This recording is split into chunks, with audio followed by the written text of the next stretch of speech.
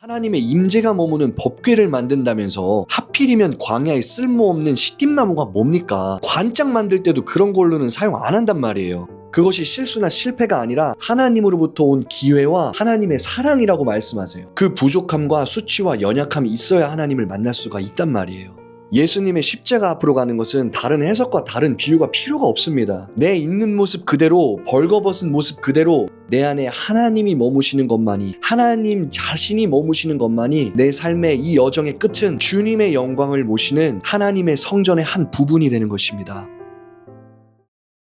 안녕하세요. 마요셉 목사입니다. 오늘은 나무에 대한 이야기를 해볼게요. 유대인 지도자 랍비들이 율법과 지혜, 지식을 집대성하여 정리한 책이 탈무드라는 책입니다. 탈무드에서 사람을 나무에 비유한 적이 있어요. 대쪽같이 곧은 사람을 올리브 나무에 비유하고요. 푸근한 사람을 로뎀 나무에 비유를 합니다. 엘리야가 광야로 도망을 쳐서 쉴 곳을 찾을 때 이 로뎀 나무 밑에서 쉬면서 다시 회복돼서 달려갈 힘을 얻었죠. 또 성경에 한 나무가 등장하는데 시띠 나무입니다. 건기 때 손으로 잡으면 쉽게 부셔지는 그런 나무인데 잡으면 부서지니까 못질도 못해요. 사실은 아무 쓸모없는 나무입니다. 게다가 광야에서 자라났기 때문에 땡볕에서 벌목할 필요도 없어요. 이 광야길을 달리다 보면은 심심치 않게 여기저기 굴러다니는 나무가 이 시띠나무인데요. 그늘 아래에서 쉴 수도 없고 심지어 열매도 없어요. 그러다 보니 관상용이나 건축 자재로도 가치가 없어서 그냥 쓸모없는 나무, 누가 심었는지 광야 여기저기에서 듬성듬성 나 있는 그런 나무가 이 시띠나무입니다. 그런데 하나님이 이 나무를 거룩한 성막 만드는 재료로 사용을 하십니다. 심지어 하나님의 임재가 머물러 있는 법궤의 재료로 사용을 하세요. 제가 캐나다 로키 산맥과 한 1시간 정도 거리가 되는 도시에서 살았었는데 거기 가면 한 200년 된 캐나다산 참나무가 있거든요. 정말 어마어마합니다. 또 바이올린, 첼로, 비올라 이런 거 만들 때 사용하는 나무가 캐나다산 단풍나무를 보통 재료로 쓰죠. 그런데 굳이 캐나다까지 멀리 가지 않더라도 여러분 주변을 보시면 정말 좋은 나무, 관상용이 됐든 건축 자재가 됐든 좋은 나무들이 정말 너무나 많습니다. 요즘 강대상도 심플하게 만들지만 불과 얼마 전까지만 하더라도 대형 교회 강대상 보잖아요. 몇 천만 원까지 하는 그런 원목으로 만듭니다. 그런데 하나님의 임재가 머무는 법궤를 만든다면서 하필이면 광야에 쓸모없는 시띠나무가 뭡니까? 관짝 만들 때도 그런 걸로는 사용 안 한단 말이에요. 그런데 이게 하나님이 정하신 기준이래요. 잡으면 부셔질 것 같고 집을 지을 수도 없고 볼품없고 쓸데없는 그런 나무, 이거 어디서 많이 듣던 모습 아니에요? 이거 사실 우리들 모습 말하는 거잖아요. 그런데 이런 쓸모없는 나무가 하나님 손에 붙들리니까 하나님의 성전이 되고 하나님의 임재가 머무는 법궤가 된다는 것입니다. 하나님은 시띠나무처럼 부셔질 것 같고 볼품없고 연약함을 인정하며 하나님 앞에 나오는 그런 사람, 그 사람만을 사용하십니다. 많은 열매 맺는 올리브나무 너무 멋져요. 자신의 위험을 뽐내며 떡하니 버티고 서 있는 올리브나무 너무 멋지잖아요. 주변의 물을 다 빨아들여서 생명력 있게 자라나는 나무가 올리브나무입니다. 또 그늘을 만들어주는 로뎀나무만 하더라도 종류가 30여 가지가 넘는데 선지자 엘리야도 이 로뎀나무 밑에서 쉴 정도로 푸른 풀과 두꺼운 밑둥으로 좋은 그늘을 만들어주는 그런 나무예요. 그러나 중요한 것은 우리가 누군가에게 무언가를 주는 게 아니란 것입니다. 하나님은 내가 약할 때 강함이 되시고 내가 연약함에도 불구하고 나를 사용하시는 게 아니라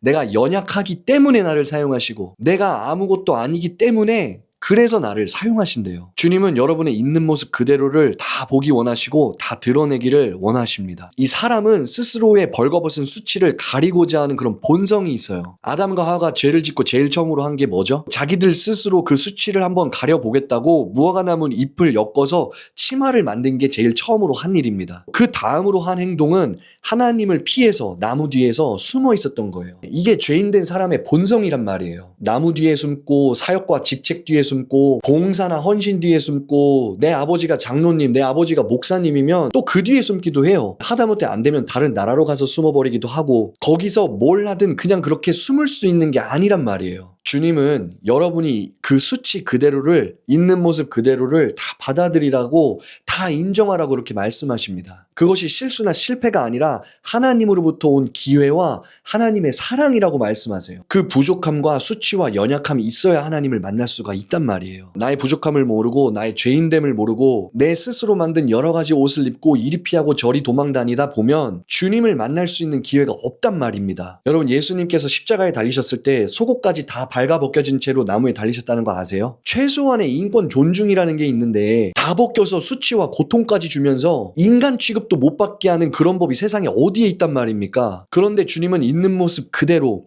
발가 벗겨진 채로 나무에 달리셔서 그 수치와 수모를 다 당하세요. 당시에 만들어진 이 십자가 형벌은요, 인류 역사상 가장 잔혹하기로 유명한 형벌 중에 하나입니다. 그런데 사람이 당하는 이 고통이 너무나 힘들고 고통스러워서 죽어가는 죄인들의 고통을 줄이기 위해서 가족들이 로마 관원들을 돈으로 매수했었습니다. 그때 돈을 받은 관원들이 마약 성분이 들어있는 쓴포도주를 죽어가는 죄인들한테, 범죄자들한테 마시게 해서 조금이라도 그 고통을 줄여주려고 했단 말이에요. 우리 주님은 그것마저도 거절하세요. 고통을 다 짊어지겠다는 의지였습니다. 그런데 주님이 그런 고통을 다 당하실 이유가 없잖아요. 근데 그렇게 하셨단 말이에요. 왜? 이사야서 53장 5절에서 6절 보면 이렇게 나옵니다. 그가 찔림은 우리의 허물 때문이요 그가 상함은 우리의 죄악 때문이라. 그가 징계를 받음으로 우리가 평화를 누리고 그가 채찍에 맞음으로 우리는 나음을 받았도다. 우리는 다 양 같아서 그릇 행하여 각기 제 길로 갔거늘 여호와께서는 우리 모두의 죄악을 그에게, 예수께 다 담당시키셨도다. 예수님이 이런 수치와 고통을 다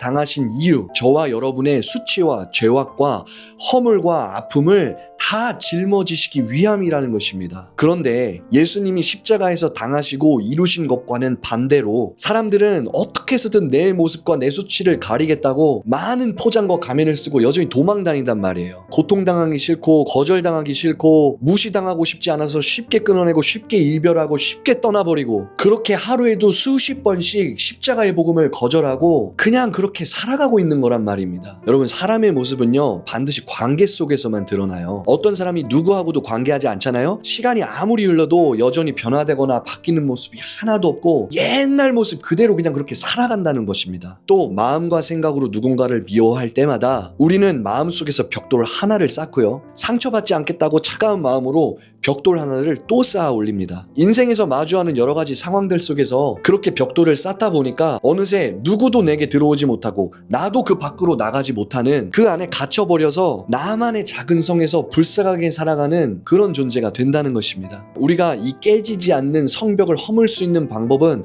다른 게 없어요. 복음을 마주하는 것입니다. 복음이라는 건요, 기쁜 소식이에요. 저와 여러분에게 있어서 최고의 기쁜 소식은 뭐죠?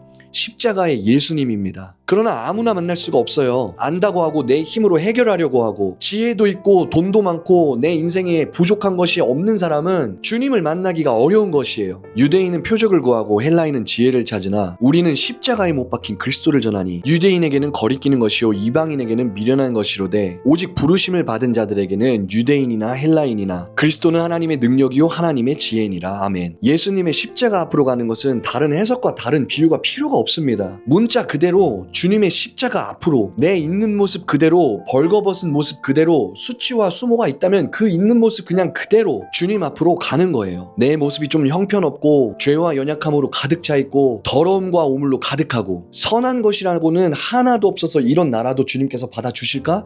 예, 그래서 우리는 주님이 필요한 겁니다. 아무리 멋지고 열매 많이 맺는 대쪽 같은 그런 올리브 나무일지라도 주님이 필요 없고 혼자 열매 맺고 있으면 그냥 혼자 대쪽 같은 거예요. 많은 사람들이 쉬어가는 로뎀나무 같을지라도 사람들이 쉬고 떠나가면 내 안에 남는 거 공허함밖에 없는 것입니다. 그러나 쓸모없는 광야의 시띠나무 같은 나일지라도 못질도 못하고 연약하고 쉽게 부셔지고 볼품없는 나무지만 그 모습 그대로 나오라고 말씀하시면 주님이 쓰겠다고, 그 안에 머물고 싶다고 그렇게 말씀하시면 하나님의 성전이 되고 하나님의 임재가 머무는 법궤가 되는 것입니다. 하나님은 지금도 스스로 지혜롭게 여기고 스스로 안다고 말하며 스스로 능력 많고 교만한 사람을 대적하십니다. 그리고 하나님은 오늘도 그분 앞에 겸손하여져서 낮아져서 시띠나무 같은 그 사람에게 은혜를 주는 분이세요. 내가 그동안 쌓아 올렸던 그 미움과 용서하지 못함과 사랑하지 못하는 그 벽돌을 다 허물어뜨리셔서 사랑하고 섬기고 용서하고 하나님 나라를 위해서 살아갈 수 있도록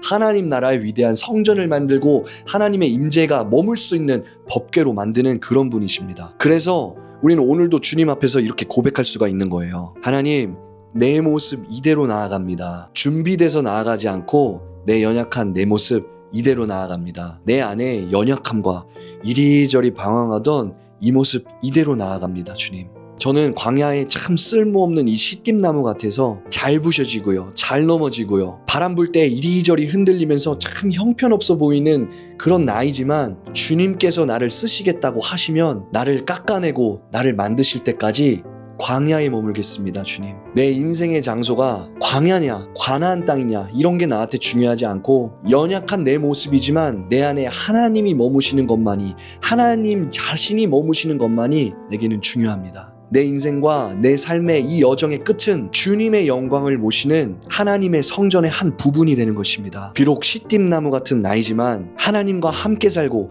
하나님이 머무실 수 있는 성전 되게 하소서. 여러분, 오늘 하루도 이렇게 고백하시면서 예수님의 십자가 앞으로 내 있는 모습 그대로 나아가시고 주님 앞에서 항복하시고 주님의 임재가 머무는 성전 되시기를 예수님의 이름으로 축복합니다.